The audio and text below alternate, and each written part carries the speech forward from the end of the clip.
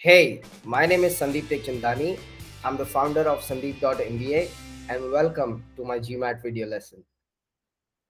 In this GMAT video lesson, we will learn ratio and proportion.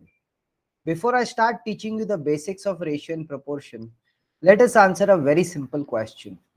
What is the use of ratio and proportion in daily life?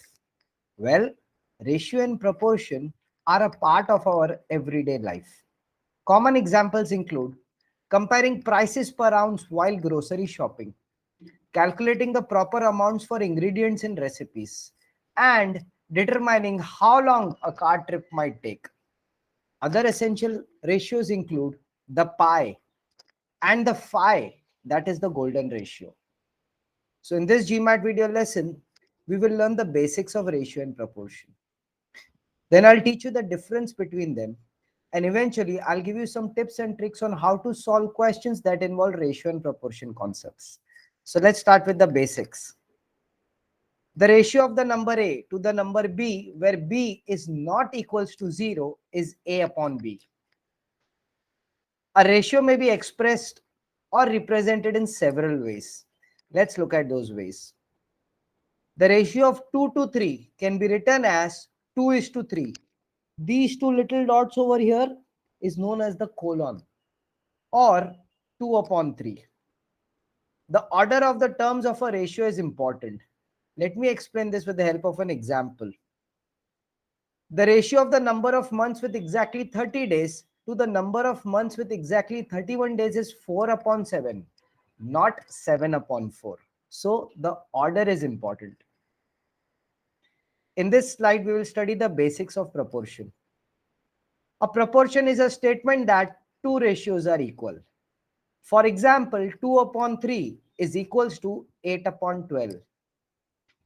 We know 4 times 2 is 8 and 4 times 3 is 12. Therefore, 8 upon 12 is reduced to 2 upon 3 and the two ratios are equal. One way to solve a proportion involving an unknown is to cross multiply, obtaining a new equality. Let me illustrate this point with the help of an example. To solve for n in 2 upon 3 is equals to n upon 12, cross multiply. That is 2 times 12 is equals to 24 and 3 times n is equals to 3n. The next step will be to divide this equation by 3 and the value of n will be equals to 8. In this slide, we will study the difference between ratio and proportion. Ratio is used to compare the size of two quantities with the same unit. Proportion is used to express the relationship between two ratios.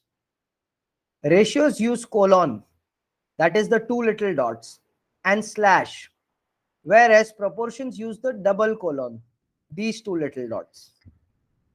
Ratio is an expression, but a proportion is an equation. In a problem, the ratio can be identified with the keyword to every. In a problem, the proportion can be identified with the keyword out of. In this slide, I'll give you some tips and tricks on how to solve questions that involve ratio and proportion concepts.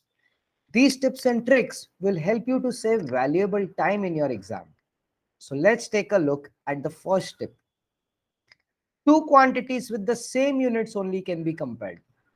That is, you must compare apples to apples and oranges to oranges. If the two quantities do not have the same units, then they cannot be compared. The two ratios are said to be in proportion only if they are equal. For example, 1 upon 2 is equals to 15 upon 30.